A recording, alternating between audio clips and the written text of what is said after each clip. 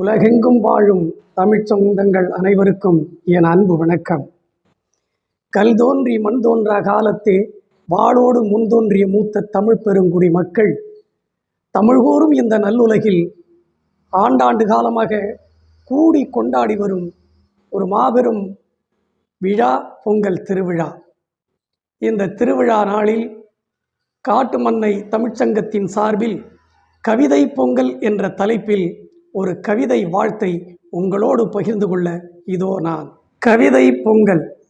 தை பிறந்தால் வழி பிறக்கும், வழி பிறந்தால் வாழ்வு சிறக்கும், வாழ்வு சிறந்தால் உறவுகள் வலுப்படும், உறவுகள் வலுத்தால் ஊரும் உலகும் உன் பெயர் சொல்லும்.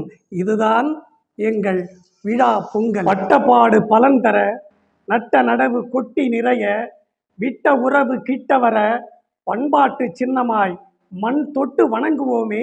இதுதான் எங்கள் விழா பொங்கல். வாடி வாசலில் நாலுகால் பாய்ச்சலில் மிரண்டோடும் காளைகள், அதை அடக்க ஓடி வாசலில் இரண்டு கால் பாய்ச்சலில் திரண்டோடும் காளைகள் நம் இளைஞர்கள்.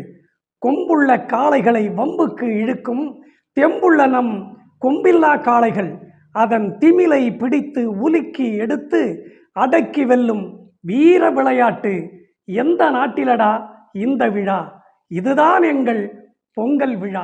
மண்ணில் செய்த புதுப்பானை, மண்ணில் விளைந்த புதுநெல் அரிசி, இஞ்சி மஞ்சள் இறுக கட்டி, இனிக்கும் கரும்பு தேங்காய் வாழை, வேப்பிலையோடு மாவிலை தோரணம், முந்திரி திராட்சை நாட்டு சர்க்கரை, ஆவின் பாலை அதிலே ஊற்றி, நெய்யை மணக்க நிறைய ஊற்றி, வாசலில் வைத்து வழிய பொங்கி, அது பொங்கும் நேரம் பொங்கலோ பொங்கல் என்று சூரியனை வணங்கி சுவகித்து மகிழ்வோமே.